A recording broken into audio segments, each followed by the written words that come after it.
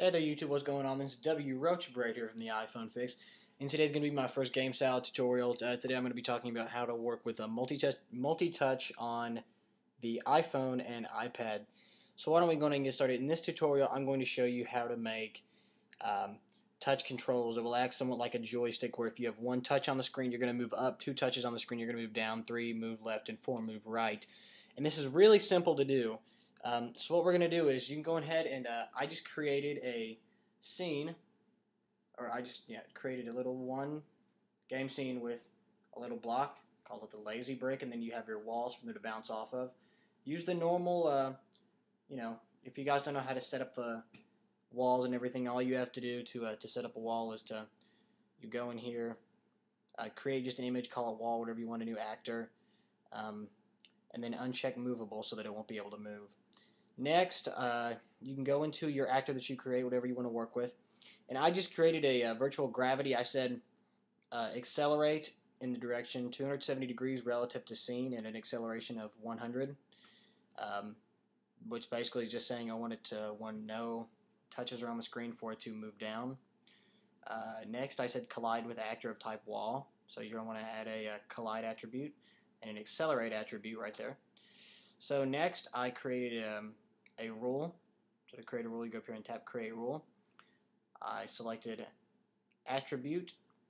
Then you want to select Device, Touches, Touch Count for the first touch. So touch count equals 1. I want it to accelerate 90 degrees, which is straight up, at an acceleration of 250%.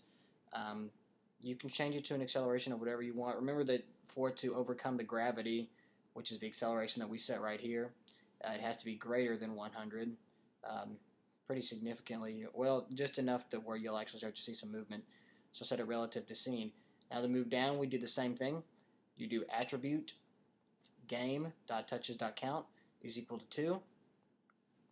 Next, we want to set this to accelerate 270 degrees. So when there are two touches on the screen, it accelerates 270 degrees straight down relative to scene with an acceleration of 250.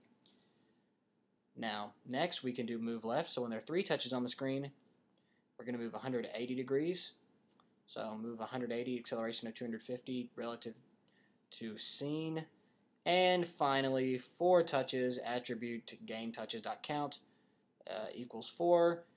Direction 0 degrees, acceleration 250% relative to scene. So next, all you've got to do is go home. I'm going to preview this on my iPad and show you guys on camera what it looks like. So I'll go ahead and load up this game on my iPad, and then I'll just move the camera around and let you guys take a look at this.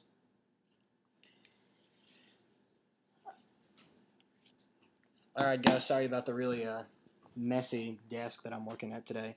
So as you can see, if we place one touch on the screen, we're going to move up. If we place 2 touches on the screen, we're going to move down. 3 touches, move left. 4 touches, move right. And you've got that, and Gamesalad has the physics engine built in, so it's automatically going to take care of this.